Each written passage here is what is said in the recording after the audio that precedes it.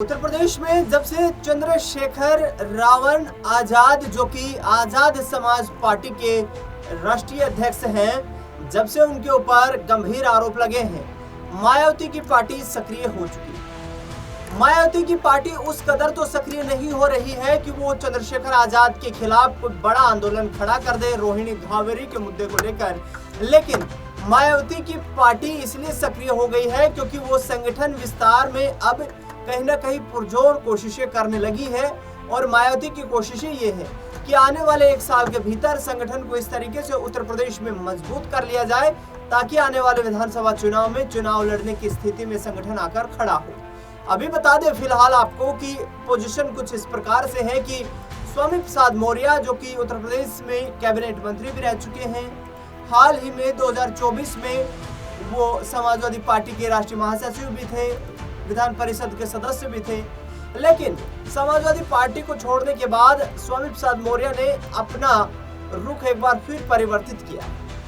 स्वामी प्रसाद मौर्य करीब 15 साल तक बहुजन समाज पार्टी के साथ मिलकर काम करते रहे। बहुजन समाज पार्टी को छोड़ने के बाद वे भारतीय जनता पार्टी में चले गए, जहां पर बीजेपी ने उनकी बेटी संघमित्रा मौर्य को बदायूं लोकसभा सीट से 2019 में टिकट दिया। वो जीत गई, सांसद बन गई। 2024 का वक्त आया, संघमित्रा मौर्य का टिकट बदायूं से काट दिया गया और उसके बाद स्वामी प्रसाद मौर्य ने भी 22 फरवरी 2024 को समाजवादी पार्टी के राष्ट्रीय महासचिव पद और विधान परिषद सदस्य से इस्तीफा देते हुए अपनी पार्टी राष्ट्रीय शोषित समाज पार्टी से चुनाव लड़ने का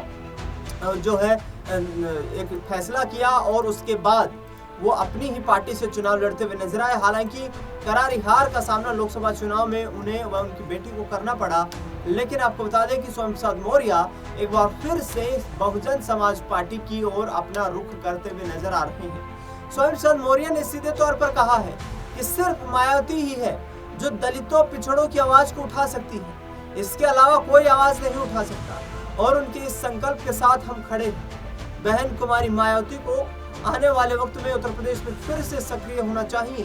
ताकि दलितों पिछड़ों की आवाज को उठाया जा सके। भारतीय जनता पार्टी पर निशाना साधते हुए स्वामी प्रसाद मौर्य ने सीधे तौर पर कहा है कि जिस तरीके से बीजेपी का जो शासनकाल है, ये बीजेपी का शासनकाल कहीं ना कहीं इस बात के संकेत दे रहा है कि उन्हें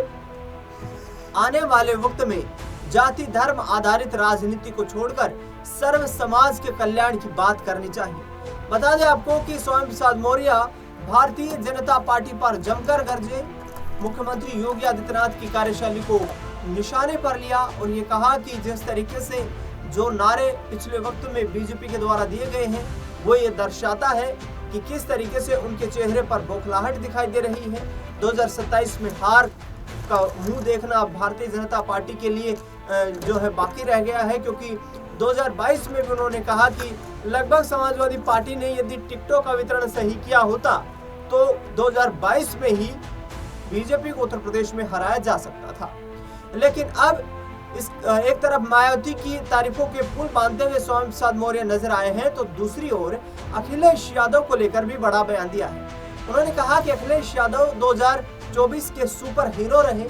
उनकी पार्टी ने उत्तर प्रदेश में सबसे बेहतरीन प्रदर्शन किया, 37 लोकसभा की सीटें जीती और अब उसी पीडीएफ फॉर्मूले के तहत अखिलेश यादव 2027 में भी विधानसभा चुनाव में परचम लहराना चाहते हैं। तमाम एजेंसियों के सर्वे जो सामने आ रहे हैं उसमें समाजवादी पार्टी को आज यदि चुनाव होते हैं तो पूर्ण बहुमत की सरकार बनाने का मौका मिल सकता है। लेकिन स्वामी प्रसाद मौर्य ने कहा कि इस पीडीए के पीछे मेरा एक अहम रोल है।